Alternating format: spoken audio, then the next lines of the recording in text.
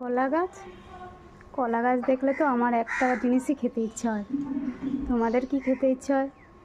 আমার কলা গাছ দেখলেই মনে হয় একটু পাতুরি খাই। তো চলো আজকে আমরা বানিয়ে নিই একটা কলা পাতা দিয়ে পনিরের পাতুরি। তো তোমাদের আরেকটা জিনিস জানিয়ে দিচ্ছি, পনিরটা এইভাবে রাখলে কিন্তু নষ্ট হয় না। ফ্রিজে এমনি রাখলে অনেক দিন নষ্ট হয়ে যায়, তো জলে দিয়ে রাখলে এইভাবে নষ্ট হয় না। এবার কেটে নেব পনিরটা ছোট ছোট করে, বেশি ছোট করব না, যদিও তাও একটু ছোট করেই কাটবো। পনিরটা কিন্তু আমি কাঁচা পাতুরি করব না, পনিরটাকে আজকে ভেজে পাতুরি করব। পনিরটা অল্প নুন দেব, এটা তেলে ভেজে নেব। তেলটা গরম হয়ে গেছে, এবার পনিরগুলো দিয়ে দেব। একটা প্লেট নেব, ওর মধ্যে নিয়ে নেব সরষে আর এতে পোস্ত আছে আর নারকেল আছে, এগুলো বেটে নিয়েছি, এগুলো বাটাটা দিয়ে দেব।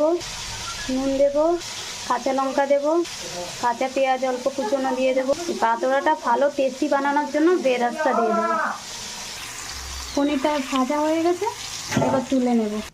এটা কে কে চিনো, এটা বিলাতি ধনিয়া পাতা, কিন্তু এটা এমনি দেশি নয়, এটা এই পাতুড়াটাই ভালো লাগে। এটাও দিয়ে দেব পাতাগুলো, হলুদ দিয়ে দেব, একটু লঙ্কা পাউডার দিয়ে দেবো, সর্ষের তেল দেব। এগুলো দিয়ে এবার মাখতে হবে ভালো করে। মশলাগুলো আগে মেখে নেব, নাহলে পনির দিয়ে মাখতে গেলে পনিরটা ভেঙে যাবে, ওই জন্যই মশলাগুলো আগে ভেঙে নেব। মশলা মাখা হয়ে গেছে, এরপরে পনিরটা ঢেলে দেব।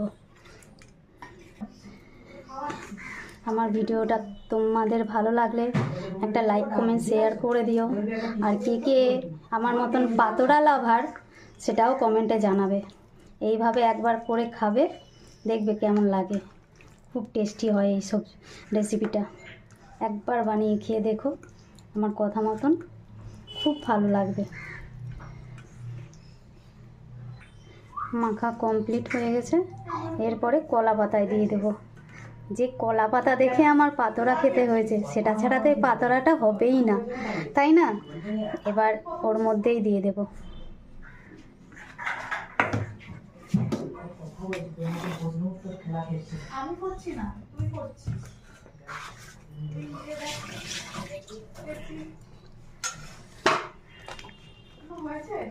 না রে, তোদের জ্বালায় কি হবে বল, তোরা এমন জ্বালাস, তোদের জ্বালায় কিছু হতে কি সম্ভব?